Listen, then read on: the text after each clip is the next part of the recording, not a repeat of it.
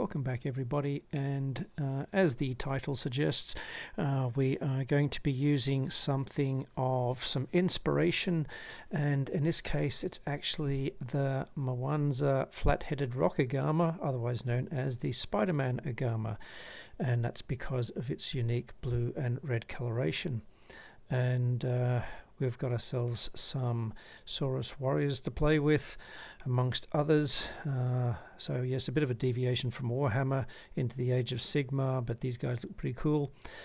And it was an idea to come up with some other unique kind of color scheme that hasn't been done. And I'll just be exclusively using the FW inks for most of this work. And I've got a bunch of colors, a couple of reds and a couple of blue. I've got a crimson and a bright red, and then a cyan and a dark blue and a purple, trying to emulate the colors of the lizard based on what we've seen. And the idea was to start off with a black prime coat and then just use a dab-on sponge approach to progressively build up the paint coloration and provide some form of texture at the same time. And just doing that progressively, ultimately it took somewhere in the order of about 5 or 6 different applications to put enough of the pigment on to lose the dark coloration that was there. I was intending to try and keep the spaces between the scales a darker color, but was a little bit too liberal with the sponging. If you do it a bit too wet, then you tend to get too much moisture, which will flow down in. If you sort of do it more like a dry brush effort, you'll probably have a better result and keep those gaps darker, which is what I had initially intended to do, and maybe with a bit more practice we'll get there. But at the end of the day, the result still worked out relatively well. And unfortunately with the inks, I didn't actually have a pink enough coloration, so I had to introduce a standard acrylic paint just to try and bring up the coloration to match the photographs of the lizard. And so we added a bit of pink, but that was a little bit too intense by itself, so just putting the magenta or the crimson over the top, and I just sort of mixed that up so that there was blotchiness to the paint. We want it to look somewhat natural. Well, yes, we have lots of large scales as opposed to many small ones, but the end result was to try and create that mottled texture and get a progressive sort of coloration and a bit of a gradient happening between the blue and the red, which is where the purple sort of came in. And primarily that was sort of on the arms and the legs, and then it was just a little bit of detailing towards the end, trying to put some gold over black, which took a couple of applications because it is a little bit translucent, just for the weapons here.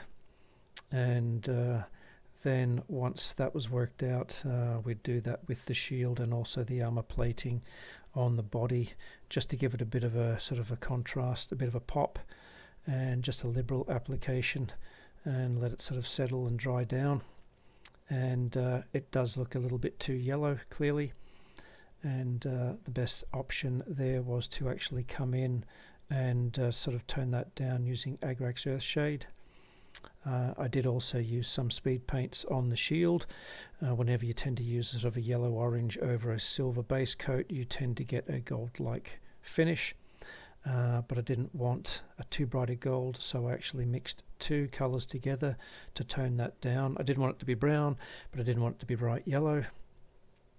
And then just finishing off the details, I thought a black mouth like a black mamba would actually look quite good. So we just darkened the mouth down and dark around the eyes, just a bit of white on the eyeball, and we did put a little bit of detailing just around the teeth, just to give it a little bit of contrast and keep the tongue somewhat dark as well. But ultimately this isn't actually a how-to video, this is sort of just, this is a paint scheme that we got to, just finished off with the ropes and put the Agrax Earthshade onto the weapon, which was dry brushed with silver just around the edges, just to sort of give it a little bit of a worn look. And then the Agrax just there to dirty it down, and then we end up with the final result, which with a little bit of edge highlighting to sort of selectively sort of pick out some of the edge plates that is got, just to give it a little bit more of a pop. And that ultimately is how he turned out. So he doesn't look too bad, works relatively well, sort of somewhat different from the other sort of paint schemes in terms of how they're approached. They're generally sort of lighter on the chest. I thought let's do a front to back, and just all you have to do is realistically just Google, you know, fancy lizards, and you're going to get a whole swag of chameleons and various other lizards of different colors. And I thought this one here sort of piqued my interest, and I thought I'd give it a bit of a go and see what it turns out like. And ultimately I'm pretty happy with the end result.